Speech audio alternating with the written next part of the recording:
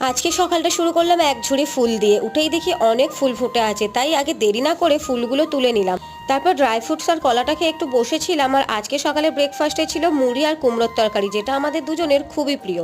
তারপরে চলে গেলাম রান্নাঘরে। আমি সকালবেলা উঠেই ভিজিয়ে দিয়েছিলাম মটর কড়াই, কারণ আজকে আমাদের বাড়িতে হচ্ছে মনসা পুজো। আজকে কিন্তু আমাদের ভাত খেতে নেই, সেই জন্যই এদিকে নিরামিষ ঘুগনি আর বানিয়ে নিচ্ছিলাম পরোটা। আর আজকে যেহেতু সঙ্গরি কিছু ঠেকাবো না, তো সব কিছু টেবিলেই রাখছি। আর ওই কাপড়টাও পাতিনি, ওটাও তো সঙ্গরি, সেই জন্য রান্না করছি আর বারবার মুছে নিচ্ছি। আর ও ওইদিকে দুধ, দই আর পনির নিয়ে এলো। আজকে আর পনিরটা করব না, আর দুধ দিয়ে এইদিকে সুজিটা বানিয়ে নিলাম। তারপরে এক বেসিন বাসন হয়েছিল, সব বাসনগুলো ধুয়ে পরিষ্কার করে রাখলাম। এইদিকে সুজি, পরোটা আর ঘুগনিটা খেয়ে আজকে বেশ দুপুরটা ভালোই কাটলো। তারপর বিকেলে ঘুম থেকে উঠে আজকে একটু খালি পায়ে ছাদে হাঁটাহাঁটি করছিলাম। সন্ধ্যাবেলা জোর খিদে পেয়েছিল, একটু পরোটা আর সুজি খেলাম। আর ও আজকে থেকেই বাজার থেকে মাংস এনে রেখে দিয়েছে আর নিয়ে এসেছে মুড়ি।